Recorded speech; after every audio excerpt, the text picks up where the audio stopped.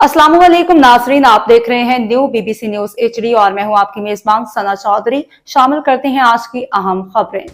Sanghar report bureau chief of Pakistan Ghulam Qadir Bhayo. Pakistan Tehreek Insaf women wing Shaheed Benazirabad division की सरगर्मियाँ जारी हैं। तफसीलात के मुताबिक पाकिस्तान तहरीक इंसाफ वुमेन विंग की मरकज़ी सदर कमर शोज़ब की हदायत पर सिंध के दो रफ्तादा ज़िला सांगड़ से ताल्लुक़ रखने वाली women wing Shaheed Benazirabad division की सदर हमीदा मसूद शाह ने पार्टी क़यादत से अपनी गहरी वाबस्तगी का मुज़ाहरा करते हुए इस्लामाबाद का सफ़र किया।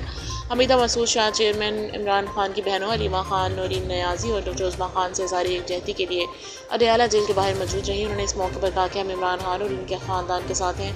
मुश्किलात और कुर्बानियों के इस दौर में ख़वातीन कारकुनान हर अव्वल दस्ते का किरदार अदा कर रही हैं। उन्होंने मज़ीद कहा कि पाकिस्तान तहरीक इंसाफ की ख़वातीन कारकुनान अपने चेयरमैन कमीशन एक आज़ाद, खुददार और खुशहाल पाकिस्तान की तकमील के लिए हर सतह पर सरगर्म रहेंगी। ये इक़दाम इस बात का वाज़ेह सबूत है कि PTI की ख़वातीन क़यादत न सिर्फ पार्टी के नज़रिए पर ईमान रखती है बल्कि अमली तौर पर भी जद्दोजहद में पेश है।